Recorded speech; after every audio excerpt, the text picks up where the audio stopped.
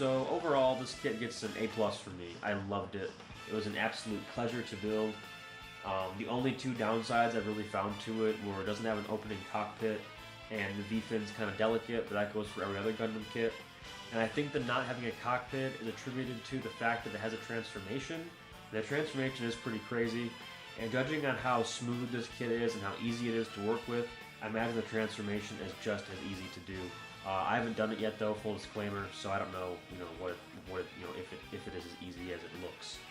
Besides that though, this thing really is amazing. You must pick it up if you like Gunpla, especially if you like the Wing series. I think this is the best iteration of this suit so far.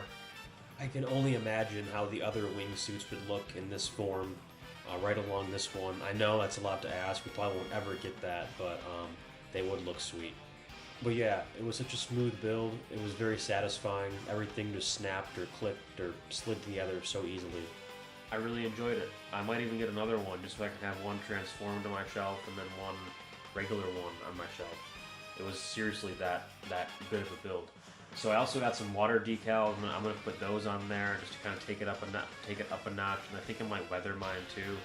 But right out of the box, even if you just straight build your kits, this one is great. It seems that the more real grades they do, they just get better and better and better. And right now, this one is the absolute best. Hope you learned something. Hope you enjoyed the review of this kit, liked the footage. Got some more stuff coming soon, so hit the subscribe button, and I'll see you in the next video. Peace.